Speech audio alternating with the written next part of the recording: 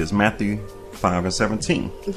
This is in the red. This is who the word calls Jesus. This is what he said out of his mouth. Think not that I come to destroy the Torah, the law of Moses, the Old Testament. I did not come to get rid of the Old Testament. If you want to follow the Messiah, who the word calls Jesus, Yahusha, he says, I didn't come to destroy the Old Testament, nor the prophets. I did not come to get rid of the prophets and say, oh, all this stuff is done away with. We got something new. I did not come to destroy the Old Testament or the prophets. I am not come to destroy, but to fulfill. So in Paul's writings, you go back to Galatians 3, he says, for as the works of the Old Testament are of a cursing, they are written for the accursed. So which is true?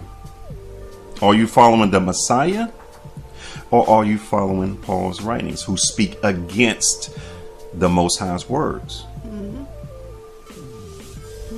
So, so just, looking at Paul's writings as a whole, not just Galatians, but, all of Paul's writings, Paul will take some bits of what is true, and then it's like he's adding his own perspective on there. And that's what, and really the foundational teachings and the teachings of the Christian church is the writings of Paul. Right? Because you ask most Christians, they'll say, oh, Torah done away with. We don't got to do that. Like Creflo Dollar said, I've been delivered from the Big Ten.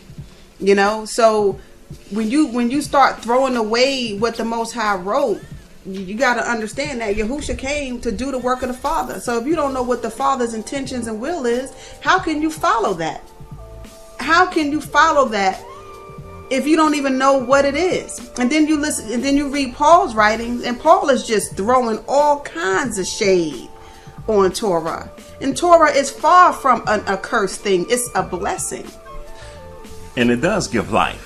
It gives preserves your life too. Keep my commandments. You get to the end, you get to Revelation. Oh, keep my commandments. Oh, come on in. So that's the whole objective. Like